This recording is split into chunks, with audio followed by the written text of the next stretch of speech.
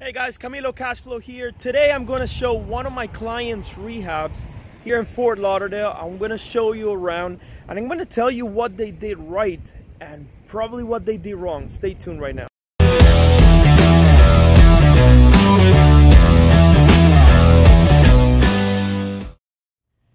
Hey guys, welcome back to the Cashflow Talk. If you like what you're hearing, please subscribe to the channel below. As I show you the property, first of all, the color, I like it. It's modern. It's good for the area. It's not the cleanest and most modern ones, but for the area, it's a great color. It's not in the best location in Fort Lauderdale, but it works. It's a good property. As you can see, they changed both front windows and they did some nice and simple landscaping. Let me show you around and I'm going to be telling you what I think they did right and what I think they did wrong. So first of all, the entrance is beautiful. All right, they put a nice laminate floors. They're not very expensive and they look very clean, very modern. All right, some palms here that will bring a little bit of color into the property, and everything is brand new in the house, from the floor to the walls to the paint to the light fixtures, kitchen, bathroom, window blinds. They did not change all the windows, but this is a beautiful kitchen. It's a small kitchen, and again, this is a lower income property in Fort Lauderdale, so it's very simple and very white. One of the best things about white properties is that they look bigger than they actually are. They look very clean, very modern. This texture right now, the subway tiles, this is cheap and makes it look nice, makes it look modern, and is not a very expensive backsplash for the kitchen. And you can't go wrong with wide countertops and wide cabinets. So that's a beautiful area. This is probably an addition that they had in the back, but this is being used as a master bedroom. All right, that's the walk-in closet. It's a very nice open master bedroom, but you have to get in through the kitchen and it goes through the back of the house and also to the laundry. Let me show you around. Let me show you here the master bedroom. Nice normal vanity. All right, beautiful, completely renovated bathroom and shower and bathroom tile floors.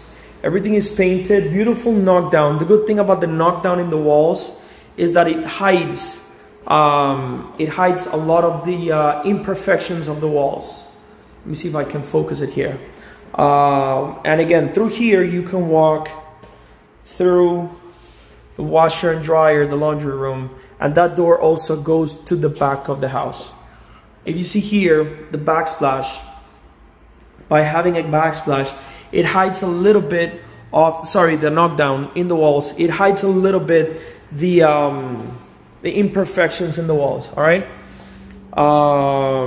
it's a nice open kitchen with dining room and living room concept. It's a small house. This is a lower income property, but when it's completely remodeled and when it's all white, it is beautiful because it can allow anybody to visualize what furniture they're bringing in and the spacing and the area and the location of the property. So it's a beautiful property for a family of 4, a family of 3. Brand new light fixtures, AC is working fine, brand new doors, brand new doorknobs, light fixtures, light switches and outlets. Everything is brand new baseboards, floors. Everything is completely renovated. So I'm gonna tell you things that I like and the things that I don't like. Hey guys, so coming back to that video, I want to share with you what I liked and what I didn't like about this property. First of all, the area is not the greatest area in the world. It's still a lower income property, and initially they bought the property to fix and rent, and it stayed rented for a while. But these family, the owners, they moved back to South America, and now they want to sell the property because they want to cash out. That's great, but first you have to understand the market. They bought at a great price, but they hired a very slow contractor that was taking forever to finish up the project, that was eating all the money, and by taking forever, it incurs a lot of expenses to the investor. And why is it taking so many expenses? Because one, their cash is tied up. They have a loan on this property. Number two, the time is money, because utilities and landscaping and holding costs, taxes, insurance, and interest on the loan on these properties. So every month that the contractor was taking so long to renovate, it should have been a 30-day project. Apparently it took about 90 days for them to fix it up. Also, it was a property that, in my opinion, it shouldn't have been as nice for the area, but they invested $45,000 into this type of property. They could have saved a couple dollars here and there. I'm not saying cut corners, but maybe they could have saved a lot of money by putting less expensive items and hiring a better contractor that was not as expensive to do this type of work. By saving a lot of money. They could have invested $30,000, $25,000 to $35,000. Instead, they invested $45,000 into a 1,200 square feet house. That's a lot of money. The property was not as run down, so now their investment is much higher than what the property is worth. So the house may look beautiful. What I liked that everything is brand new. I like the taste. I like that everything is clean, everything is white, everything is brand new. But obviously you can feel, you can see that they spent a lot of money into this property, not just in the purchase price, but in the renovations. So the best tip for you is know your market. I guarantee you they would have been able to sell it for less money, and they would have been able to renovate it for less money with minor upgrades, minor repairs. Maybe the original kitchen, not the original first kitchen when the property was built, but they renovated the kitchen to rent it for a few years, and now they put a brand new kitchen again. So they're investing twice on the kitchen. Same thing with everything. Everything was painted twice. Everything was renovated twice, where they could have saved a couple dollars here and there. But most importantly, not cut corners. The house looks great. I'm not saying that.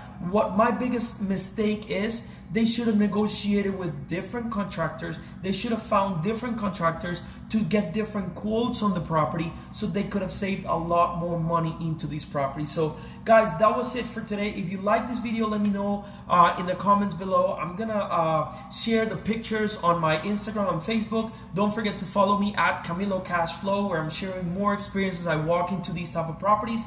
And just so you know, these properties for sale, they hired me. I don't want to say they hired me. I'm helping them sell it to a retail buyer because they need my help. I'm a realtor, but I'm mostly an investor. But coming from that investor background and flipping so many homes, they think that I am the perfect fit for them, so I can list this property for sale, put it in the market, and sell it for the most amount of money that I can, so they can save or they can recoup as much money as they can. So they're going to use my expertise in these low-income properties in these areas, and because I'm an expert in this location, they're going to use me so I can sell it for as much money as I can, and obviously the fastest that I can. Now, in my opinion, I think this property is worth about between $220 and $230. We're gonna list it for $235 and see how it goes, but they're all in for $245. So minus closing costs, minus expenses, minus holding costs, minus everything, minus commissions that they have to pay, they're gonna be in the negative. I'm gonna see how I can help them out, maybe charge them a little bit of less of a commission, maybe offer 2.5% to the buyer's agent, whoever brings the buyer, but I'm gonna try to negotiate as much as I can. But it is not up to me what price it sells for. It's up to the market. If I get 20, 25 offers, 15 offers within the first couple of weeks, great. I'm probably gonna sell it over asking price. But that's something that I tell every investor out there and every buyer and every seller.